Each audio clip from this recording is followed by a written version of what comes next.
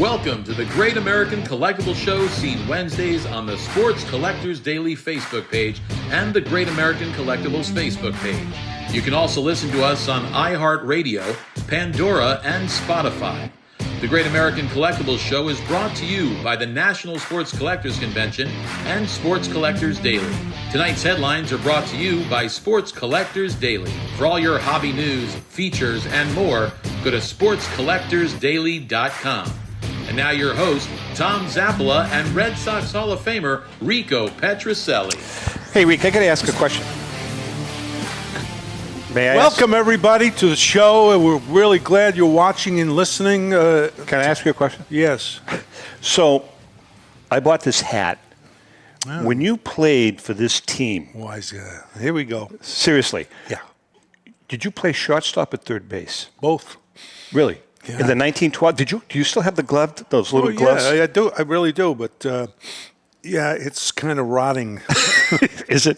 Yeah, it's made out of tea leaves. What? I bought this at Mickey's place. Oh, nice. In New York. What year was that? 1912. 12. I bought a bunch of them. You know, I'm going to kind of mix it up. I got some St. Louis. I have a Monarchs. That's great. Yeah, it's pretty cool. Pretty cool. Welcome to the Great American Collectibles Show. Tom Zappola, Red Sox Hall of Famer, Rico Petrocelli. We have a special guest in studio with us because he's visiting his daughter in Boston, New Orleans, Steve Lane. Everybody named. Actually, we've made you famous. Yeah, right. You realize that? About time we have some class on here. I want to hear this one. Well, because you were a collector, but we got the word out that you lived in New Orleans. You're a retired lawyer that is now like the Morgan & Morgan of the collectibles world. Okay. You wrote a book that is actually a phenomenal book. Thank you. I'm just kidding. We love Steve's he's been with us since day one. We're thrilled. We have a good show today. We've got our good friend Leighton Sheldon from Vintage Breaks / Just Collect. We have John Taube from JT Sports coming in a little later. And then our good friend Guitar Ray Fornio, who's got a podcast. Every year they have the Card Collectors Hall of Fame voting. We're going to bring Ray in at the very end of the show for a couple of minutes. But first, I repeat first, our headline. SGC 9, 1952 Topps Mantle coming to auction. Rick, another SGC 9. Another one, huh? A year after it sold in 1952 Topps, Mickey Mantle graded SGC 9.5 for a record-smashing $12.6 million. Heritage Auctions will offer a similar gem that's also expected to bring a price well within the millions. The company will offer an SGC 9 mantle in its upcoming Summer Platinum Night auction. According to Heritage, this card too traces its origin to the famous Alan Rosen find, a virtually untouched 1952 Topps high numbers in 1986. I'm not going to get into the particulars. If you want to read the article, you can go to sportscollectorsdaily.com. That's Sports Collectors Daily. Our good friend Rich Miller and the staff, they do a great job. But I don't think you knew Al Rosen. Mr. Mint? No, I didn't. Because you were at the Shriners. He was there every day. And Ellen and I became good friends with him because we used to set up right next to him. And actually, we were there the last year he was there.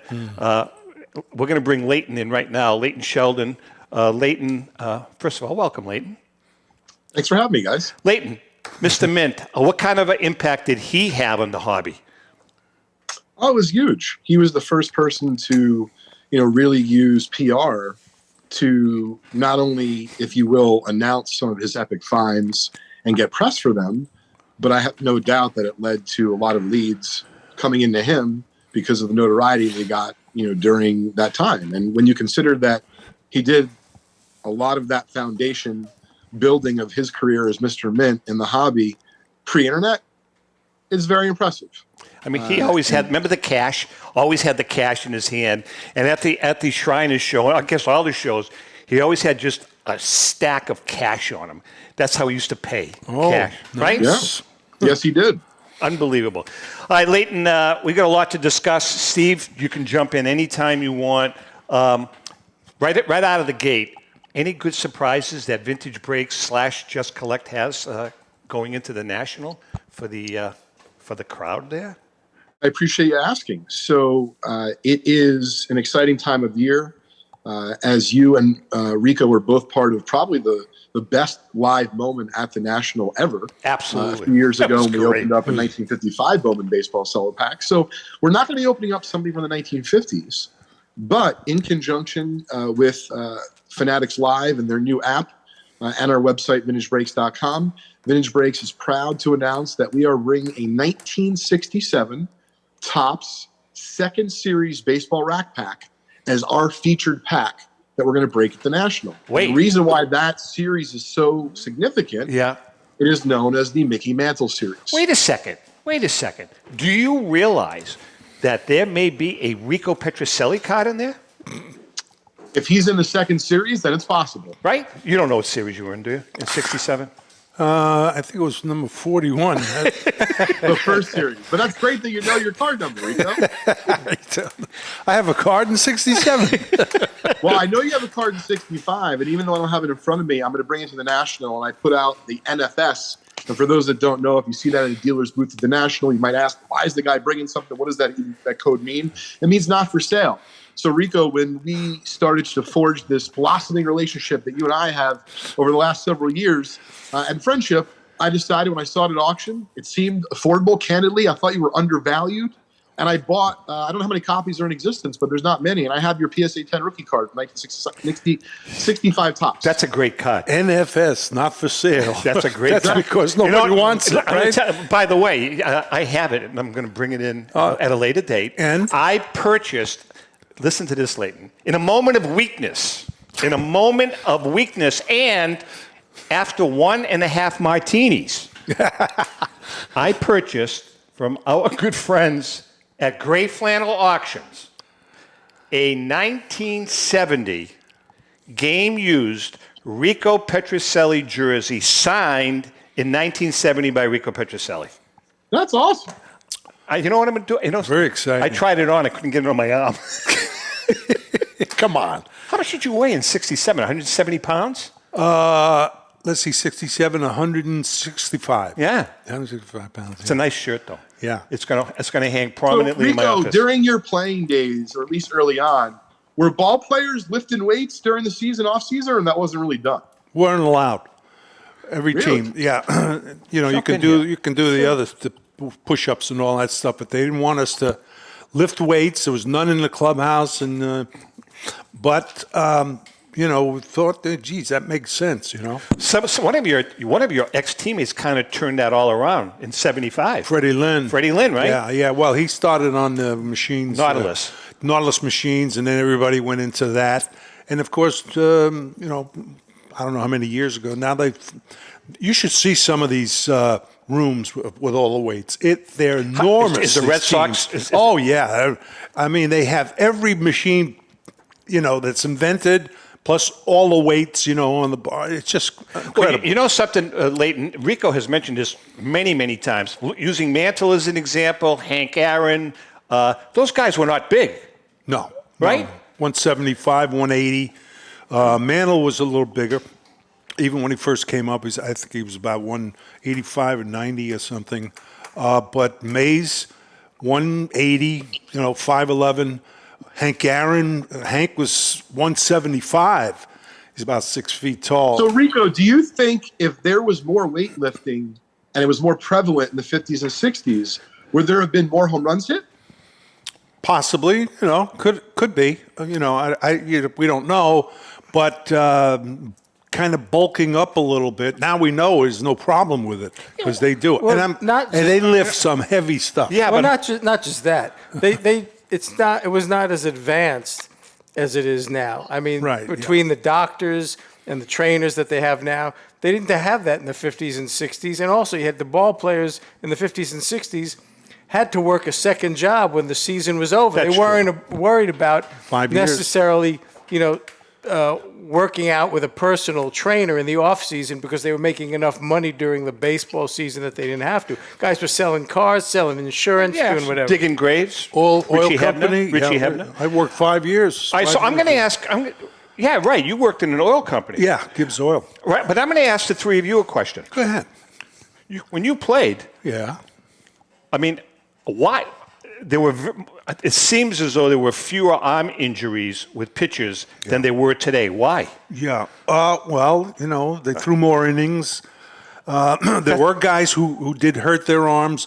Rotated cuff. Once you got that, you're done. But how many guys pitched 200 innings, Rico? When? Complete games when you played. Oh, yeah. Right? Lot. So I don't know that there were less arm injuries. I think because these players, and even Mantle said it, when you were on a one-year contract and you had no guarantees, you had to go out there and play, otherwise you're going to lose your job. If Mickey Mantle had had a 5 or 10-year contract like some of these guys have now, he could take a few days off and not worry about, not having a job. Leighton? But Steve, Leighton, the guys now, they get in a little trouble, they're gone. If a guy in my era and before, maybe a little after, if they gave up 4 runs in the third inning, they didn't come out. They stayed in. They get through it, and hopefully they'd score runs. And that happened a lot. Unbelievable. All right, so Leighton, let's talk about the Nationals. So you've got the 67 set. Anything else you want to talk about? Because I know you always have stuff going on.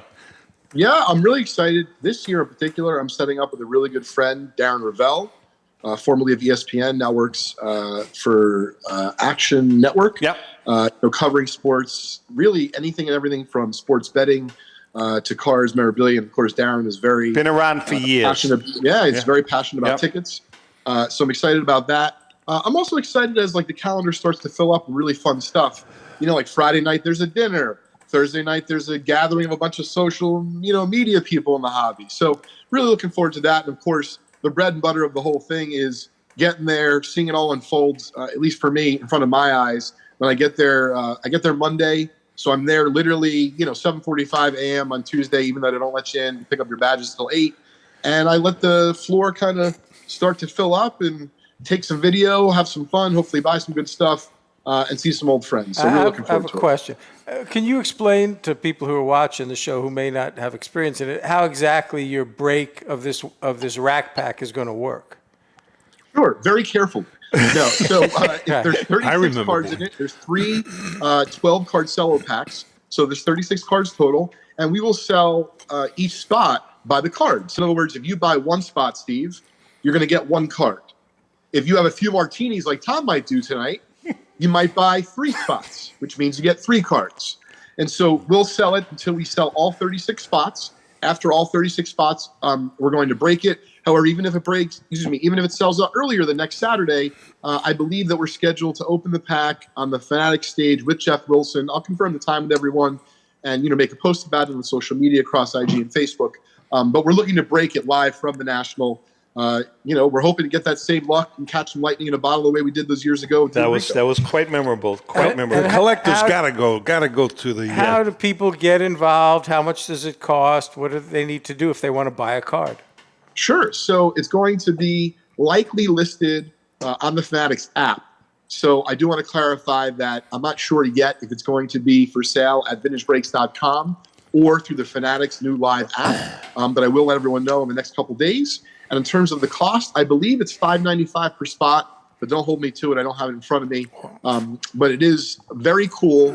And for those of you that don't quite know how Topps issued baseball cards in 1967, they did it by series. So you're not trying to get a Mickey Mantle out of the 600 card set. You're trying to get it out of the second series, which give or take, let's say, is 100 cards. So even though it's certainly not guaranteed, you have a lot better of a chance to get the Mickey Mantle out of a second series rack pack than, for example, if there was an all series rack pack and all the cards were possible 1 through 600. And one more thing, just to make sure, when you said $5.95, you meant $595. I thought it was not $5.95. That's what I thought. Which is the check that Rico was going to write. Rico was going to. I was going to buy about 10 of them. What are you kidding me? Hey, Leighton, sticking to Fanatics for a moment. Fanatics has obviously they've made an absolutely tremendous imprint on the hobby.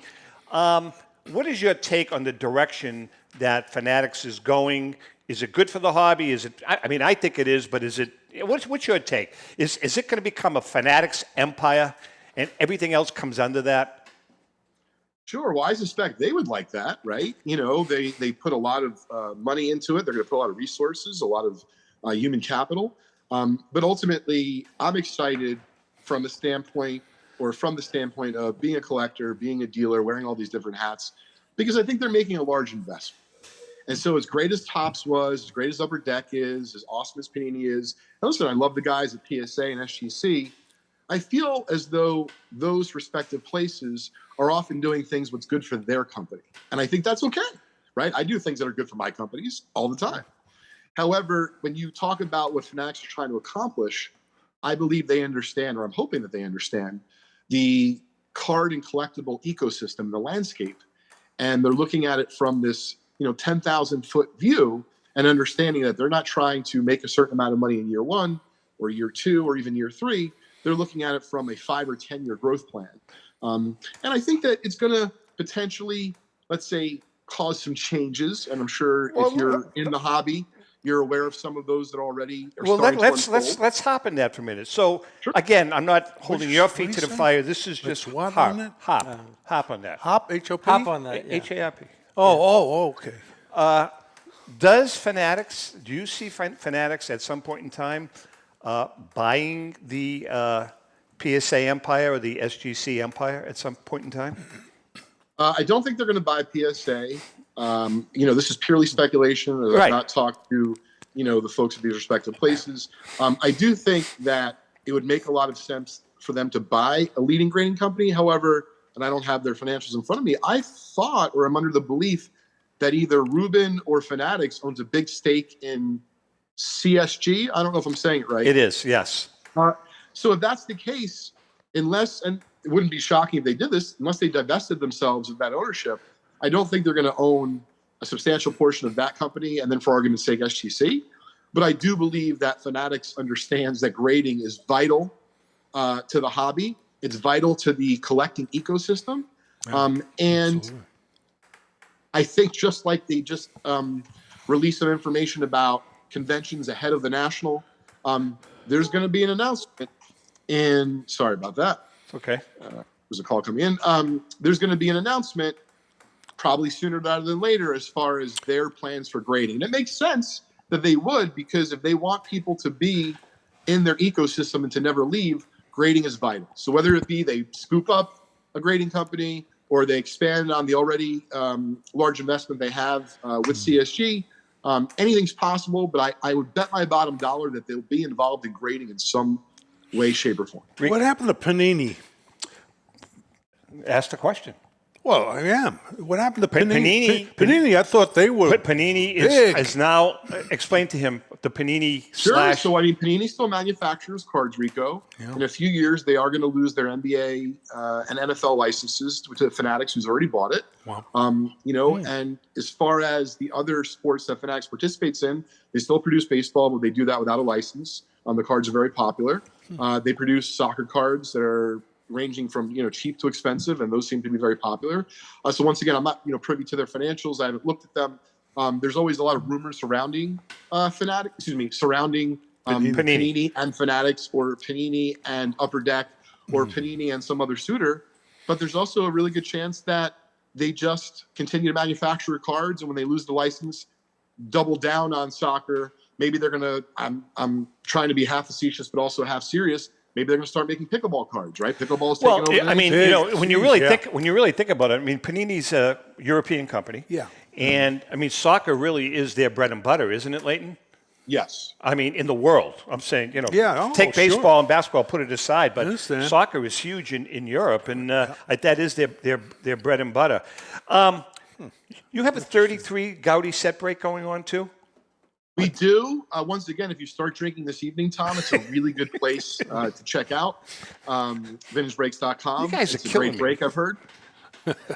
There's about 40 spots left, and we've actually put, I'm not sure how much you guys are familiar with this terminology, but we placed a bounty, not a bounty hunter. We placed a bounty on the set to try to close it out because we'd like to break it during the week of the National. So I believe there's about 40 or so spots left. I think it's $650 per spot, and it contains all 4 Roos, both Gehrigs. Does not contain the nap, the rarity. However, there's about 50 cards or so graded with SGC in there. Most of the Hall of Famers, if not all the Hall of Famers in the set.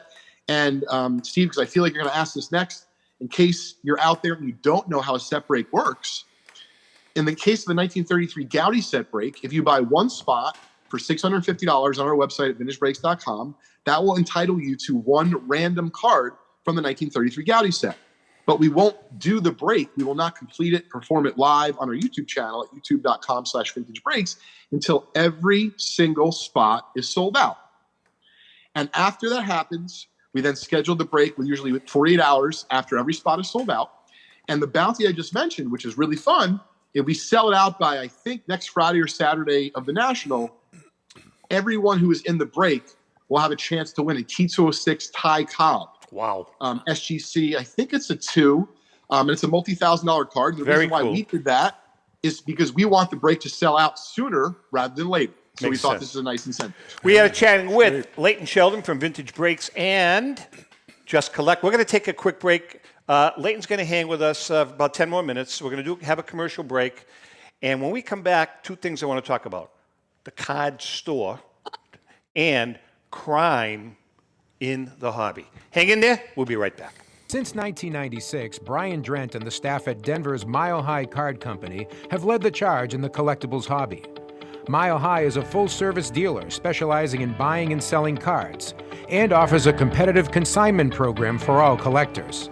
Whether it be their computerized want list service, appraisals, or auction services, Mile High has it all. If you've been searching for a company with a selection of high-grade vintage 1888 to 1970 baseball cards and memorabilia that shares your passion, aim high, Mile High. Go to milehighcardco.com or call 303-840-2784 for more information. This is Brian Drent, president of Mile High Card Company. Is your sports card and memorabilia collection properly insured? For easily replaced personal property, homeowners insurance is all most people need. But for prized possessions that you may have spent a lifetime collecting, it doesn't go nearly far enough. Collectables Insurance Services has been insuring for over 50 years. They offer a full range of protection and a $0 deductible at an affordable rate with no appraisals required. I know because they insure my collection. If you have a minute, go to collectinsure.com and learn more about insuring your personal card or memorabilia collection. Are you a collector looking for that rare trading card or autographed ball or photo? If so, then PB Collectables in Newport is the place for you. PB Collectables has graded cards, raw cards, complete sets, and wax boxes of the stars of the future, today, and from the past. We also offer a large selection of both vintage and modern cards. So whether you're looking to add to your collection or sell it, visit us at PB Collectables, 269 Spring Street in Newport, located across from St. Mary's Church. We are your neighborhood card shop and much more. Hi, this is Dan from Memory Lane Auctions, here to remind you that the renowned Memory Lane Collectibles Company has served as a beacon of light to the collecting community for the past several decades.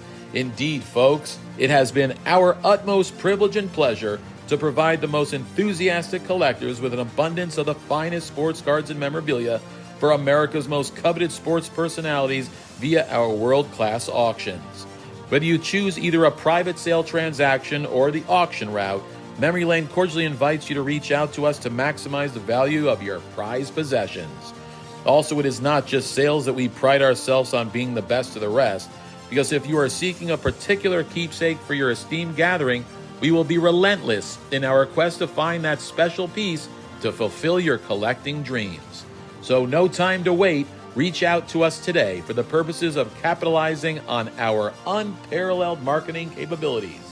Simply pick up the phone and dial 877-606-5263.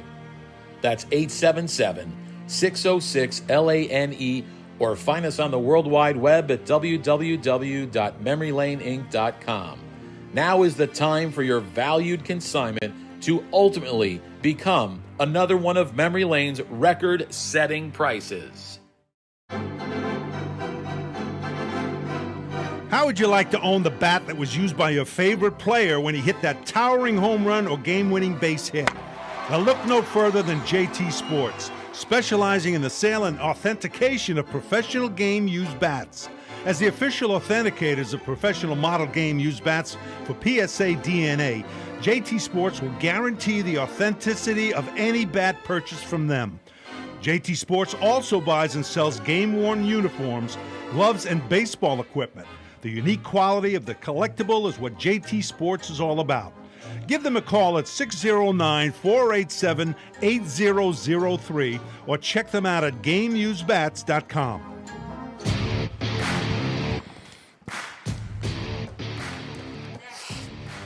Okay. You know, we're going to talk after you and I. That's not my job. I know.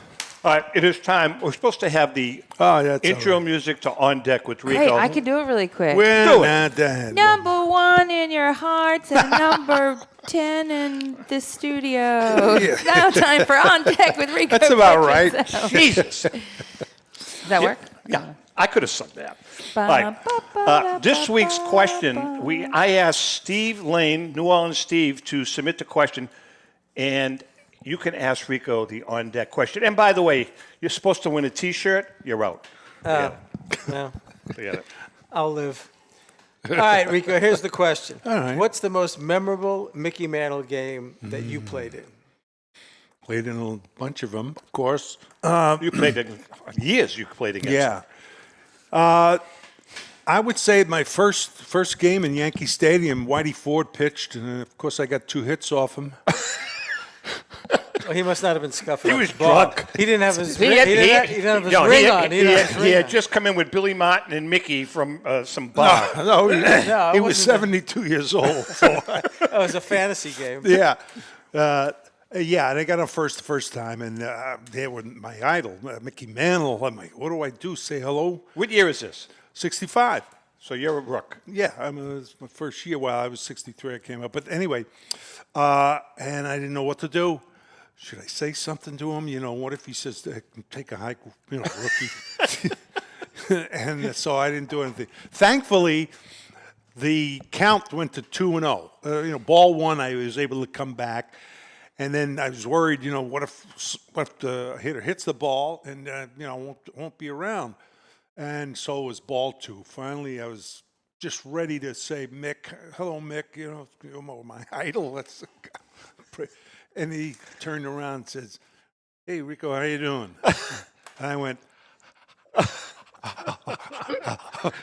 How'd you answer him? not too bad, Can Mick. I have your autograph? Not too bad, Mick. Can we stop the game? You signed my jersey. That is cool. Very cool story. So anyway. Hey, Leighton, I don't know if you've seen on social media this week, our good friend here, Steve Lane, sent several pieces of memorabilia out to Heritage Auctions, to our good friends at Heritage, via FedEx. How many items? Sent 8 items. 8 items, of which how many were? 4 actually made it to Heritage. and 4 of which did not. 4 of which were stolen in transit. Most likely an Arrogant, inside sorry, Steve. job, and there were some very valuable pieces, Mickey Mantle pieces. Oh my God. But the point being is, and we're going to talk about it after you leave with Steve. Point being is, there has been a tremendous uptick in crime in this hobby, with break-ins in stores, people stealing. Last year at the National, there's always something going on at the National. What is your take on that, and how can we police that better? Well, in the 30 seconds or so I have left, I'll do the best I can to answer it. Listen, have your wits about you. So, for example, I'm going to make a reel every day this week on Instagram. Follow me, Leighton _Sheldon on Instagram. I'm going to give out a tip every week for the National. So this is one of the tips, and it's just about safety. All right, listen, we all love our cards. We have great cards. But if you are bringing one of these fancy cases to the airport that everyone in the hobby, and to be fair, right, even if you're not a hobbyist, but you're someone who's maybe engaging in some nefarious activity, you probably know that that person has something on them. Let me tell you, you're not going to know, unless you know me personally, that I'm going to have expensive cards on me going to the National, crossing the street, or coming back. So please, whether it be you have a 15-year-old kid going to the National, whether it be you're going with your kid to the National, I hope one day to be taking my son Crosby, who's 8, but please keep your wits about you, because if folks know that there's this concentrated amount of value, not just at the convention center, but kind of coming and going, then you don't want to be advertising in one of these fancy card cases, which I think are great for stores. I'm not knocking them, but just be careful. So on that note, I wish I could stay longer. I do have to run. I sincerely appreciate you having me on your show today, and I look forward to seeing you next week at the National. Leighton, we can't thank you enough. Thanks, Leighton. Just our best to you and your family. Yes. And looking forward to seeing you at the National. Go to vintagebreaks.com for more info. Take care. Take care. Be good. We are going to bring in, is John on yet? Wait a second about the, we're talking about before that. That's a federal offense. I mean, that's no, just. Federal offense is not the word, Rick. No, but I'm saying these people. May I ask him the value? Ask him can we ask the value? Yeah, sure. I mean, it's hard to put a value on some of these items. The three of the items were one of a kind. It was Mickey Mantle's 1956 Player of the Year award, a slab card signed by Babe Ruth, Lou Gehrig, Mickey Mantle, and Roger Maris. And the last one was Mickey Mantle's personal photo book that they'd given him after he retired. They took photographs. It was his personal book, big brown book, says Day to Remember on it.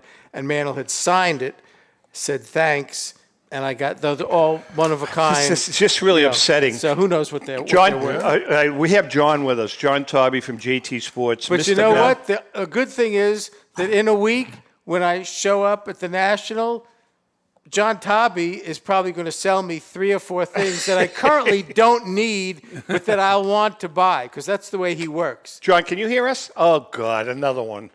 I was just reading this book. Unbelievable. Unbelievable. Hey, John, we're talking about, and this obviously everybody knows John Taube from JT Sports, the Batman, the only Batman in the country. John, we're talking about Steve had 4 items that were stolen while he was sending them to Heritage for an auction Really? via FedEx. So we're talking about crime in the hobby, and Leighton was just on how there's been such an uptick in crime, whether it be stores or at the National or robberies. Have you noticed an uptick at all? I mean, what are your thoughts on crime in the hobby? And since you've been in this hobby for many years, have you seen an uptick? I can't call it an uptick, but there has been, and I'm saying in the past couple of years, there's been 2 instances where some sizable thefts have taken place, one on the West Coast and just recently here on the East Coast. I haven't had, knock wood, I haven't had any problems with, FedEx, UPS, any delivery services. But so I really can't say that I've seen an uptick, but I wouldn't be surprised because, the hobby, the strength of the hobby and the value of the merchandise that we've been, everybody's been handling has really cascaded in the past few years. And, those numbers, they get out. People are aware of what these things are worth. Are you happy with the security situation at the National? I mean, obviously, you have a beautiful exhibit. You have a beautiful booth. Are you happy pretty much overall with the security there? Well, so far, again, I'm knocking wood. I haven't had any difficulty. The valuable material, I should say the very valuable material, it's all valuable, goes into a safe. We lock it up in the evening, and so far, no problems. How about the Mickey Mantle bat? You have some of those? No, I think Mickey he sold them Mantle. all to me. He doesn't own any of it. He buys them. Every time he has one, he buys Let me it. tell you something. I don't want to mislead Steve in any way, but I will have Mickey's 1952 game bat. Well, that doesn't First do All-Star game. in which he played. I've got his 53 bat that I think. Let's see which one. No, he sold me the 1962 All-Star bat. Can I tell the story, John? Sure. Can I? Sure, share it. He knows I'm a sucker. He sold me. He sold me Mickey Mantle's 1963 game used glove. First, it wasn't cheap, and there was no way I was going to FedEx it to me. I flew through 2 rainstorms to get from New Orleans to, was it Philadelphia or New Jersey, wherever. We met in the middle of the airport. It was like a freaking drug deal going down. Drug deal, that's right. Handed him a cashier's check. He handed me his black bag. I opened it to make sure it wasn't like, it wasn't Horace Clark's it glove. It wasn't Jake Gibbs's glove. And then I flew back through the same 2 rainstorms to get back to New Orleans on that one. But fast forward 3 or 4 years later, he knows I want Mantle stuff. I'm walking around. I've already spent who knows how much money at the National. And he says, Steve, I don't know if you're interested, but I've got Mickey Mantle's 1962 All-Star Game bat. And for people that don't know, they gave the players 2 bats to use in the All-Star Game that they would keep. Yep. And I said, well, okay, how much? And he gave me the price, and I said, John, well, that's a little high. He goes, well, what if I arrange it so that the owner of the bat meets with you, hands you the bat, and you can take a picture with him? I said, John, what do I care who the owner? I don't care who the owner is. He says, well, the owner is Reggie Jackson. So I said, oh, well, will that be cash or credit card? And so I bought the bat, and Reggie was kind enough. Okay, so let's take this another step. So he has a 1952 game-used Mickey Mantle bat. Right. So think about how this would look on your wall. You got the 52 Mantle bat. Then, are you getting a percentage of sales? No, well, I'm going to work him and Derek. Then you put a bid in for the Mantle 9 SGC card. And on the wall, you've got the 52 Mantle with the 52 bat under it. It doesn't get any better than that. I have a 52 Mantle. Oh, yeah. This is going to cost me $1 million. This is going to cost me $5 million. Right? John, am I right? Hey, I see it. I see it. What kind of year did Mantle have in 52? 52. He hit over 300. I mean, it was a good year. He made his first All-Star team that year. Was 52. No, look, I might end up getting it. We're going to have a follow-up on this, John, after the National. It's going to be a follow-up on how New Orleans Steve Lane made out as he was walking by the JT Sports booth. I'm going to make a prediction. My prediction is that fine piece of memorabilia will wind up in the hands of one Stephen Lane. Look, let me tell you how bad it is, okay, when I walked by his booth, all right? I don't know if it was 2 years ago. I forget when it was. I'd already spent 6 figures. I bought... In fact, you interviewed me at that one. I think I remember that. I bought a bunch of stuff. I bought a Mantle bat. I bought Mickey Mantle's 1953 contract. I forget what. And I walk by his booth. I have no intention of buying anything. I'm saying goodbye. I'm going home. I got to borrow money to pay for gas, whatever. He says, well, maybe you'd be interested in this. I got Billy Martin's 1977 jacket that he was wearing in the last game of the World Series when Reggie Jackson hit the 3 home runs, and you see Martin hugging Reggie Jackson. And I ended up buying that too. I mean, what am I going to do? Steve, I have 2 pieces for you this year. Well, I have Lou Gehrig's cap from 1935. Yeah. Wow. And do you have, this is back to Mickey Mantle. Yeah, go ahead. I have one of the Mickey Mantle Roger Maris signed bats commemorating the 115 home runs that they both hit. I have number 11 out of 115, so I am not buying that one, okay? Wow. Okay. And what's funny, wait, on that bat, I bought that bat when it originally came out. It came out, the guy who was selling it, Tom Cattell, was Mickey Mantle's agent, friend. Oh, yeah. I bought the bat for $125. It never arrived. It never arrived by UPS. And I don't know why it never arrived. I got my $125 back. Fast forward 20 years later, when I could afford it, I bought it again. It was more than 125 bucks. He had a couple of zeros. Hey, John, and by the way, for our viewers and listeners, we're going to be doing a series of videos walking the floor over the course of the couple of days that we're at the National. And we will be featuring them on the Great American Collectibles Facebook page and some of the other platforms after the show. We will be doing, every year we go to see John, and we do, it's an amazing, Rico, we've done it a lot of times. Yeah, it's We've great. done a It video, so we're going to be walking through John's booth, and you can see some of the phenomenal stuff he has. John, anything, you don't feature one particular item at the National typically, like, for instance, Heritage is featuring the Mickey Mantle card. Is there one item that you feature as just, hey, this is what I have? Carl Yastrzemski, isn't it the one? Carl Well, Yastrzemski bat? I will don't have go a down that road. Yastrzemski. I will have a Yastrzemski bat. Is that okay? Rico, I'm going to bring that 38-inch club of yours I won't be there, unfortunately. just to show it to you. No, he won't be I there. won't be Rico's got a there. Red Sox. No, I don't. I thought you did. No, I got visiting the Veterans Hospital. You got a rest. You know, No, I can't. another Red Sox gig. What do you want? I know that, but you have gotta to go. I know you have to go because they're paying you big money. Aren't they I having? do it for nothing. I heard they were having a Red Sox party because they finally got out of last place yesterday. Oh, Yeah. that's right. They surpassed the Yankees. That's And right. guess, that's right, yeah, that's guess right. who's I in? knew. I Yeah, walked. wait a I knew I walked But into that. John, one. We will have, if you want to, feature, look, I'll bow. Shohei Ohtani. We will have several game-used bats of his, a few of Oh, those very cool. Yeah, we'll home run bats. we will feature that. Oh, you mean Shohei Ohtani, who could conceivably be playing for the Red Sox before right. the end of the season? By the We're way, talking about he could be conceivably playing for a number of guys. I know. Dodgers, Yankees. I know. Not listen, gonna happen. I take it back.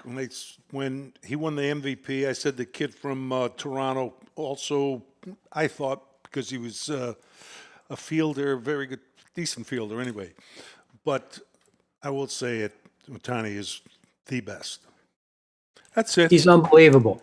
He's a great player. Woof. Yeah, he really. I mean, you've seen a lot, but he's Oh, up there. man, But you know he's something? strong. How long has he been in the league now? 5 years, isn't it? 2018, correct? Yeah, he Rookie needs year? he needs a little more history. He needs a little more history. Oh, yeah. No, I don't know, mean, I right? understand He that. does. Yeah, Otani, Judge, Rizzo, Stanton. I could see Trout. that. I could see that line. Oh yeah, Stanton. I could see that line. Stanton is just an amazing baseball player. He is another Yankee bust. That's the way I refer to him. Another Yankee bust, John. I'm sorry. Hey, I agree with you 1,000%. I mean, that guy he's a stiff as far as I'm concerned.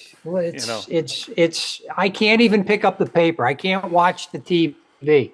You know, and that Donaldson is I don't another want guy, another yeah, stiff. He really But is. you know something? It's I equate some of those guys, like some of the players that are superstars in Colorado, and as soon as they leave that ballpark and they go to other ballparks, they become mediocre at best. Well, yeah, maybe, but if I go, you go back with the Yankees. One of the things the Yankee teams, when they won all the World Series and all, they always had good hitting, but they had outstanding pitching. Absolutely. Outstanding. We have no relief pitching. We have no Cole goes 6, 7, 8 innings. You need a manager, too. And look, there's all kinds of stuff. All right, listen, we got to take a break. John, thank you so much. Looking thanks, forward to John. seeing you next week at the National. Ellen and I are going to be coming around. Okay. Looking forward to it as always, man. And again, you've been a great supporter and sponsor of the show. And whatever we can ever do to help you, you just have to pick up the phone. Yeah, don't tell me your Great. booth number, please. All right, gentlemen, I'll see you later. Take care. John. John Taube from JT Sports. We're going to take a quick break. When we come back, New Orleans Steve has a book coming. Oh, he's got a book that's out. It's funny. You always introduce me as New Orleans Steve. Is there like a Las Vegas Steve Lane that I don't know about? No, it's New Orleans, baby. It's New Orleans Steve. Is there some other Steve Lane out there? All right, we're going to take a quick break. We'll be right back. Owned and operated online auction, specializing in autographed memorabilia, sports cards, coins, art, and collectibles. Since their founding in 2010, they've grown to 2 facilities in Phoenix, Arizona, totaling over 60,000 square feet. Jared Cavalier and an incredible staff of over 150 team members serve a very large customer base and enjoy every minute of it. By working with leading authentication companies, Pristine ensures all items are 100% authentic. In addition, third-party authenticators regularly travel to Pristine Auction to provide authentication services on site. Pristine Auction strives to operate its business in a way that's honoring to God, their families, and their customers. With a strong focus on speed, quality, and premier customer service, their mission is to be the leading online auction for every level of collector and fan. Pristine also works for Hope Sports and Identity Hoops International, traveling to Mexico to build houses for the less fortunate. Pristine Auction offers several online auction formats with thousands of auctions ending each day. For more information, go to pristineauction.com. That's Pristine Auction, the best in the business. If you're a discerning collector interested in owning the most important pieces in the hobby, look no further than Leland's Auctions. The original sports auction and appraisal house, Leland's was established in 1985 by legendary Pioneer founder Joshua Leland Evans. And today, President Mike Hefner carries on their tradition. From the Tom Brady card and memorabilia collection to the famed Boston Garden auction to high-end card auctions from every major sport, Leland's has always maintained the highest standards. Go to Lelands.com and get your bid in. That's Leland's, the hobby's leading sports auction house for 4 decades. It's often been said that championships are won on the practice field, and world records come only to those willing to work harder than everybody else. Heritage Auctions is the world's largest collectibles auctioneer because we believe that becoming the best is only an invitation to the challenge of remaining the best. This requires the skills of the hobby's top experts, capable of identifying and maximizing value for our consigners. It requires the most visited website in the industry, courting a global audience of collectors over 1.5 million strong. It requires a dedicated press department that expands our global reach far beyond the entrenched hobby marketplace. It's hard work, but a simple premise. Present the finest collectibles to the largest population of potential buyers, and world records will come. We invite all listeners to put the unmatched power of Heritage Auctions to work for you. Auction evaluations are always free, and our commission-based fee structure ensures that our interests are always aligned. The highest possible price for your collectibles. There will always be new world records to chase, so let's chase them together. Visit our website at ha.com and request your no-obligation review today. Hi, this is Dan from Memory Lane Auctions, here to remind you that the renowned Memory Lane Collectibles Company has served as a beacon of light to the collecting community for the past several decades. Indeed, folks, it has been our utmost privilege and pleasure to provide the most enthusiastic collectors with an abundance of the finest sports cards and memorabilia for America's most coveted sports personalities via our world-class auctions. Whether you choose either a private sale transaction or the auction route, Memory Lane cordially invites you to reach out to us to maximize the value of your prized possessions. Also, it is not just sales that we pride ourselves on being the best of the rest, because if you are seeking a particular keepsake for your esteemed gathering, we will be relentless in our quest to find that special piece to fulfill your collecting dreams. So no time to wait. Reach out to us today for the purposes of capitalizing on our unparalleled marketing capabilities. Simply pick up the phone and dial 877-606-5263. That's 877-606-LANE, or find us on the World Wide Web at www.memorylaneinc.com. Now is the time for your valued consignment to ultimately become another one of Memory Lane's record-setting prices. Hey, I'm Mike Petroselli. If your company is looking for the best in marketing and promotional items, you'll hit a home run with Petroselli Marketing. With over 8,000 suppliers and 650,000 imprint-ready items, we can get your company the visibility it needs to get your maximum exposure. Whether it be office promotions, wearables, automotive, sports items, and everything in between, Petroselli Marketing can do it all. Our design staff will even work with you from concept to delivery and customize your products. At Petroselli Marketing Group, we will get your brand in front of your audience. Contact us at info@petrosellimkt.com or call us at 603-880-3202. That's Petroselli Marketing, where no dream is impossible. Folks! Oh, sorry. Imprinted products, by the way, keeps your brand in front of your customers. more than any other form of advertising. That's a fact. For the best on-time service and new ideas for your next project, give Petrocelli Marketing Group a call. I know, wait a minute. At 800-264-4294, or go to their website at petrocellimkt.com. Now, you know, I'm on Social Security. No, if you mention Rico's name, my kid mention owns his the name. company. If you live in the United States and you mention Rico's name, Rico will personally mail you a pen no matter where you live. No, these are promotional products, and there's a lot of competition, but I started it for 10 years. I gave it to you're my a son. cheap bastard. What are you talking about? I don't even have one thing for Petrocelli Marketing. See, Nothing.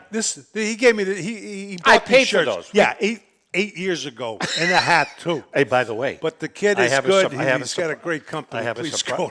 I have a surprise for you for next week. Uh-oh. Another new shirt, and it didn't come from Petrocelli Marketing. I don't want it. It was sent to us as gifts. Oh, okay. It was a freebie. All right, listen. All right.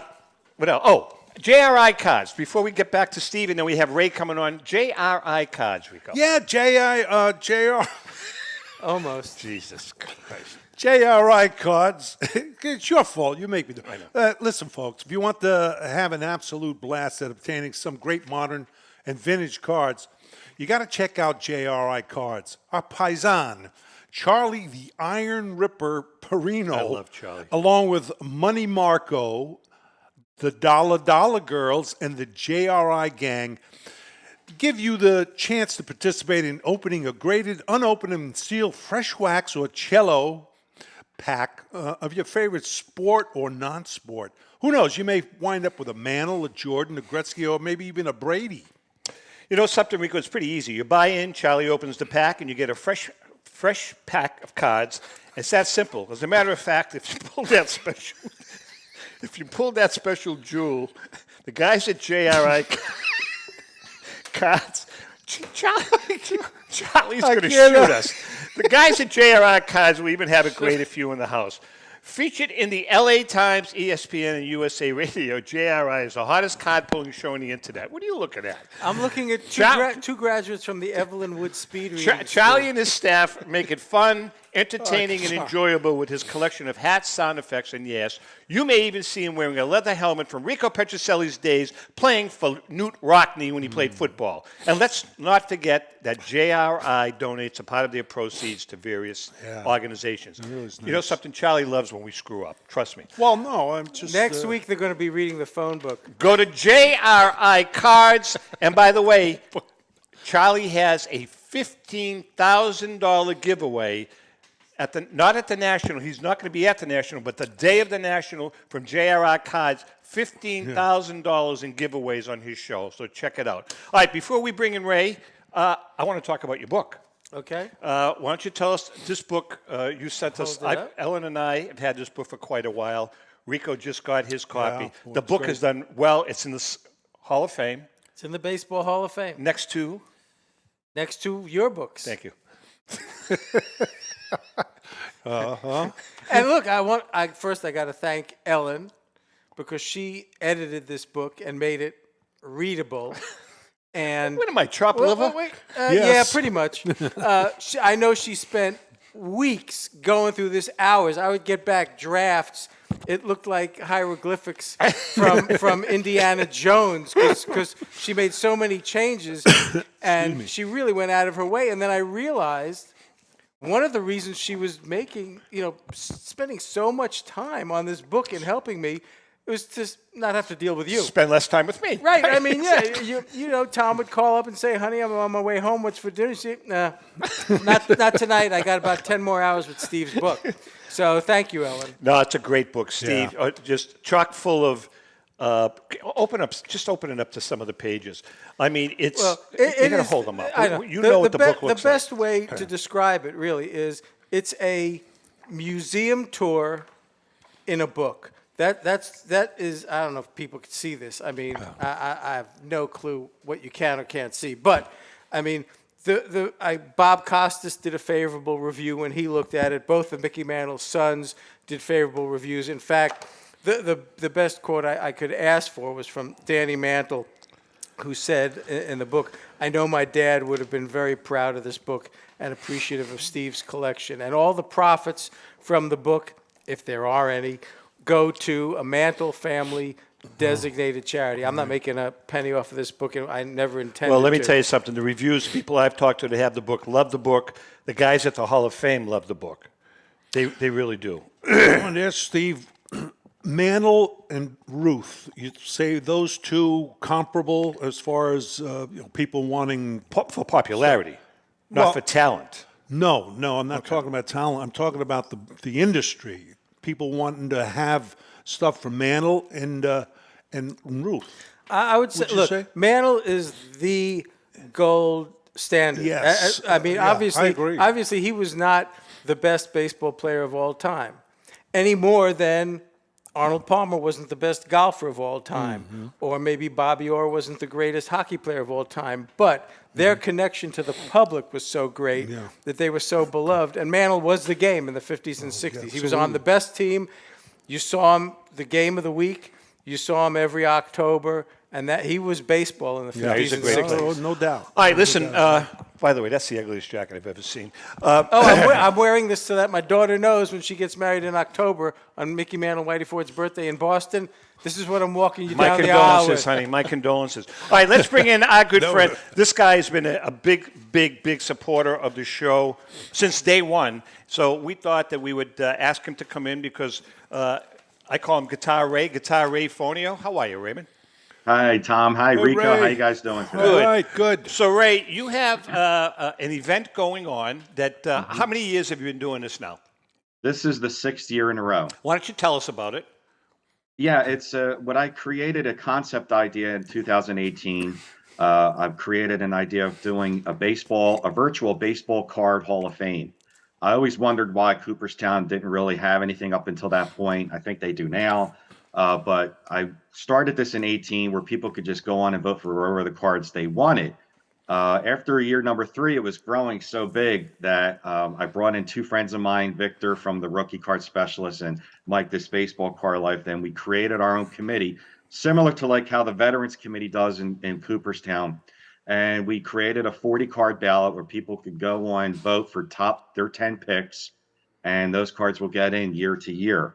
So whatever's left over, if there's 30 cards left over, they get rolled over. And then as a committee, we vote on replacing the 10 cards that got in. It's a fun idea. We're basically, it's called the Sports Card Hall of Fame Network on YouTube or Facebook. And we're preserving and honoring hobby excellence, which is really what we do. So can you only vote once?